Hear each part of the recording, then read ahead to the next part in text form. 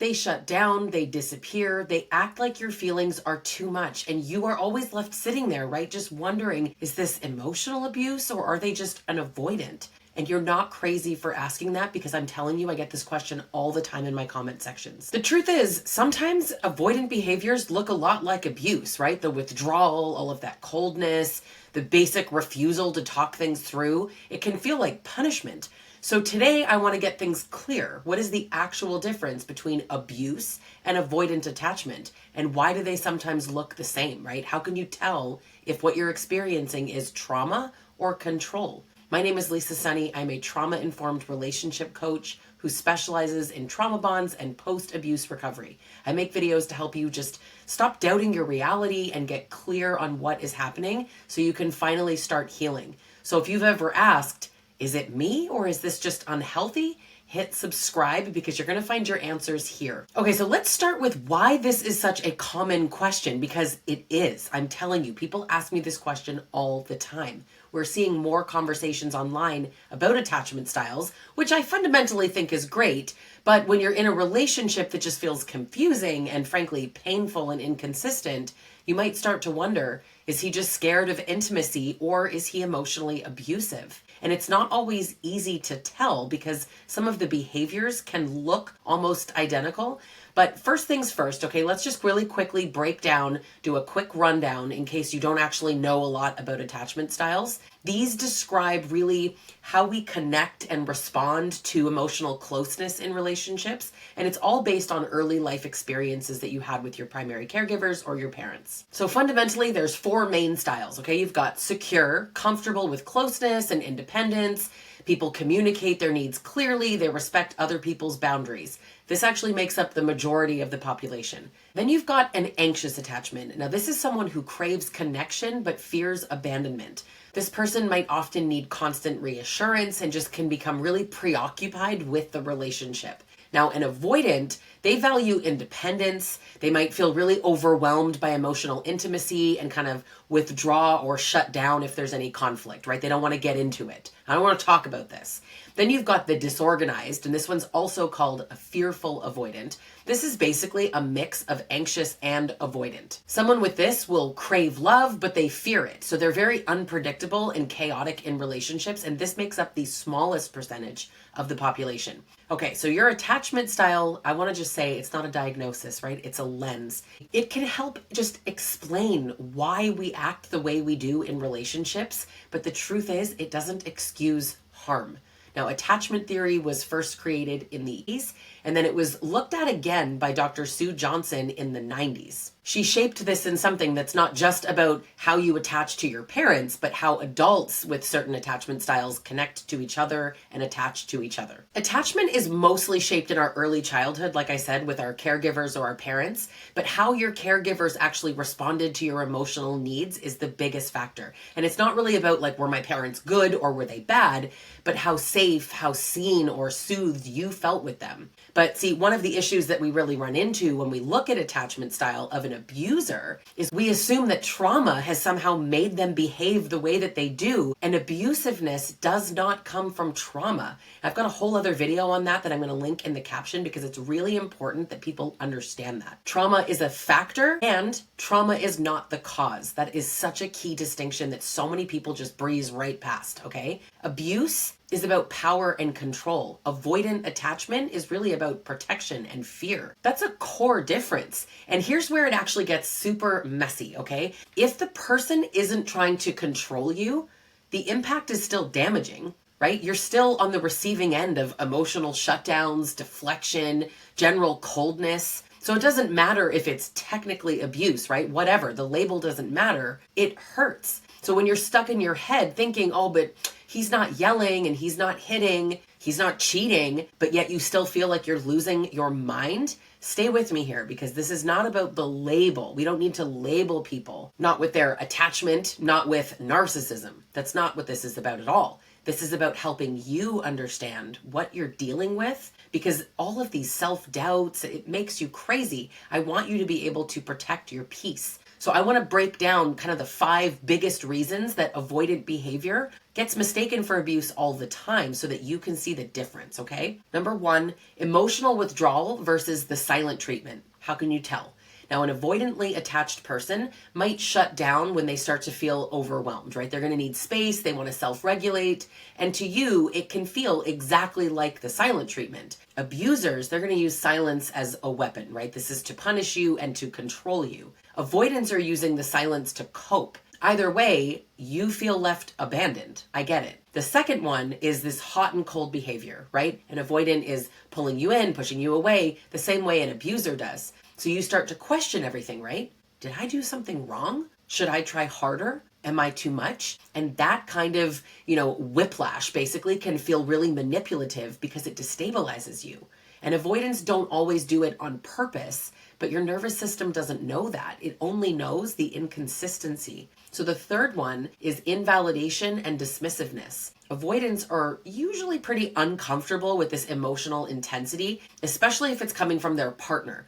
So they might say things like, oh my God, you're overreacting. This isn't a big deal. You're being dramatic. That feels like gaslighting. But gaslighting is intentional and an avoidant shutdown is not intentional. But the impact, and that's the most important part, that's still real. Now, number 4 is no accountability. Now, if you've ever actually tried to explain how something hurt you and they changed the subject, they shut down, they made it about you, blame shifting, right? That's what that feels like. Now, an avoidant, they fear conflict. Abusers fear losing power, right? Different fuel, same fire. Are you with me? But the emotional burden gets put on you. Number 5, it still hurts. Avoidance isn't an excuse, right? Trauma's not an excuse. If their patterns just leave you feeling really small or invisible or just overall unworthy, you are allowed to name that. That's important that you name that. So even if it's just avoidant behavior, it is still emotionally damaging. So I want to just kind of pull all of this together, right? Because here's a quick comparison of abuse versus an avoidant attachment. Abuse is with intention. Abuse has the intent to dominate and control, right? It's repeated patterns of harm. They're using your emotions against you. It escalates over time, right? It always gets worse. There's no empathy. There's no remorse. But when it's an avoidant attachment, they have this fear of vulnerability. So they could be defensive or react with an emotional shutdown. When you pull, when you get close to them, when you want to talk, they're going to retreat. They don't like the emotional intensity. So they get stuck in these cycles. And their shame often kind of blocks their ability to repair whatever's going on in the relationship. But here's where people get stuck, and I absolutely get it. And I felt really stuck in this spot too, right? We keep saying, look at the intention. But you can't see intent. You can't read their mind, but you can look at the pattern and you can look at the repair and the power dynamics. So some questions that you might want to ask yourself, because it's going to be really helpful, is do they take accountability? Do they try to repair it? Like even awkwardly, but do they try to repair it? Do they ever seem genuinely curious about how their actions affect you? Do they ever listen? They ever just sitting there and taking it all in? Or do they just make you feel like you're the problem? Do they withdraw, shut you out, and then come back like nothing happened? Because someone who's an avoidant might not know how to come back, but they would be willing to come back when you ask. Abusers don't care. I mean, listen, fundamentally, we're talking about can't versus won't.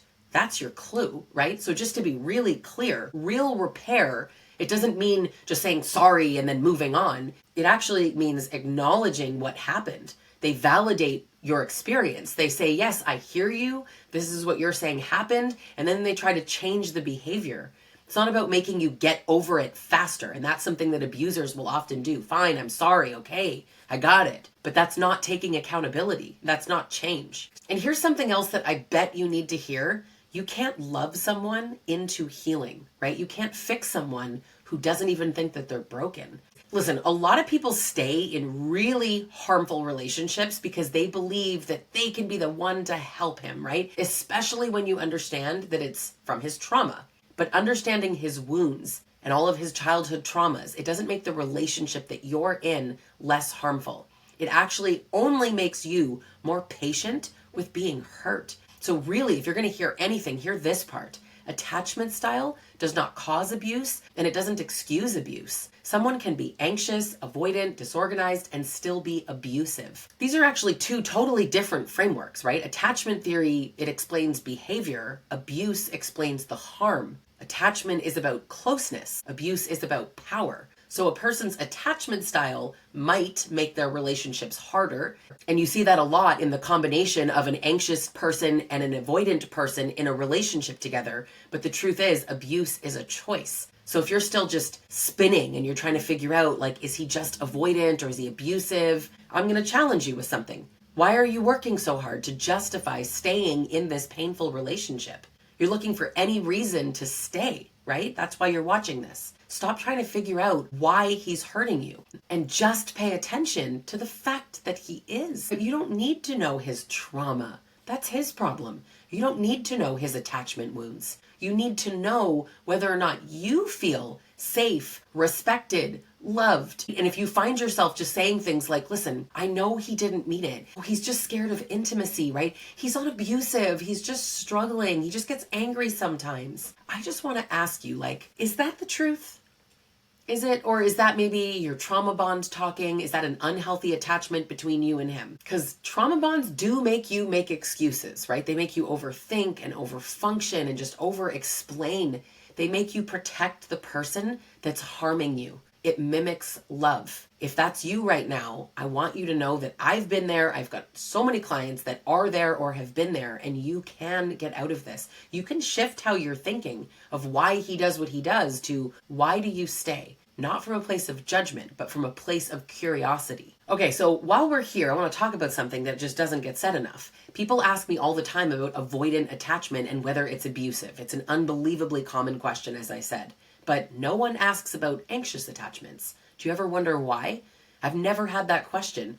So here's my thoughts on why, right? We tend to just be more forgiving with behaviors that look like love, even if it's overwhelming or like emotionally volatile or fear-based. But anxious attachment can also really involve behaviors that are invasive or manipulative. They need constant demands for reassurance. There's emotional outbursts when they feel abandoned, threats to leave just to test your love. Those behaviors aren't actually abusive in themselves, but it does create a lot of emotional instability. It can feel really intense and really chaotic for the person in the relationship with them. Now, to be clear, right, having an insecure attachment style, which is the three that are not secure, that doesn't make somebody abusive. Attachment styles are not abuse.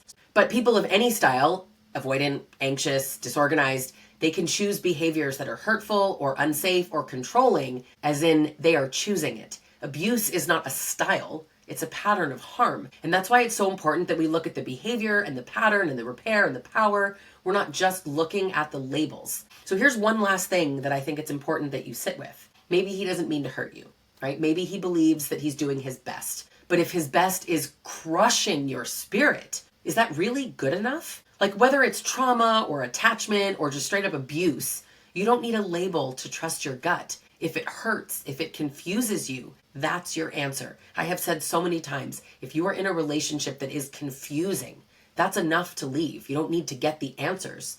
The fact that it's confusing is plenty. You don't need their diagnosis to choose your peace. So if this video has helped you see things more clearly, click subscribe, because this is the space where we just break it down. No sugarcoating, no labels, just truth. So if you're still not sure whether you're in a trauma bond, I also have a free 2-minute quiz in the description. There's no strings attached, no sign up, just clarity. Am I trauma bonded? Because you deserve a love that actually feels like love.